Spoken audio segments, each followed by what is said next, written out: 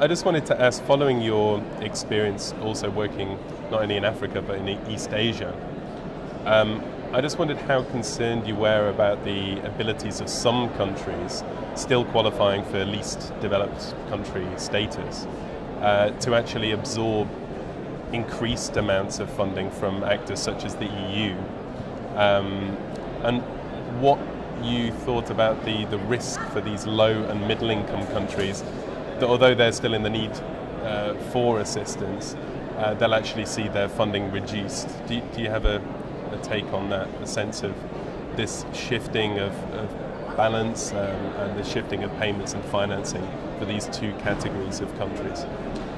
I'm not sure that we will have more grants in the ODA in the coming years. I think I just don't know, because we on the one hand there's a good case for increasing support and countries have committed to it. On the other hand, we know the financial constraints, budgetary constraints the EU countries are facing. So it's a very difficult call to be able to imagine what's going to happen. I would say that for the moment being, ODA is resisting a little bit better than what we might have feared a couple of years ago, but it's certainly not the end of the game. And at the same time, it's probably unrealistic to expect important increases in the coming years. Absorptive capacity is a very complicated thing. On the one hand, you would say that when you talk about crisis, emergency situations, it's not really the issue, because by definition there is no absorptive capacity and you have to find a way.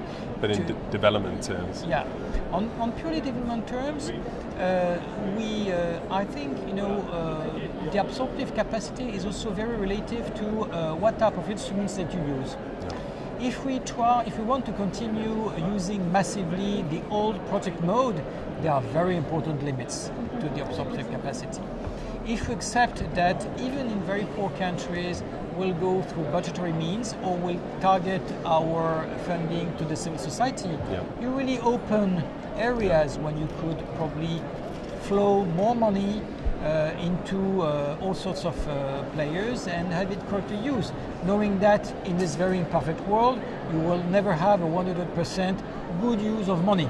This is just absolutely impossible. And you're talking there about transparency. Yeah.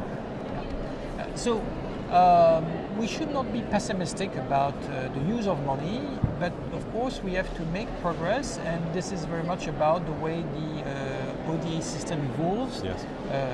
Now, in all cases,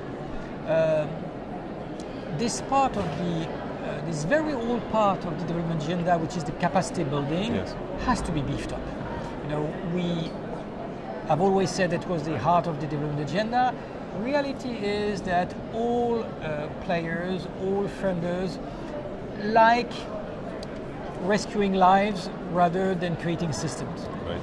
And we still have work to do, I think, in our development committee to increase the official speech, but the reality of the involvement in capacity building, which is, to me, quite underfunded, especially in the very poor countries.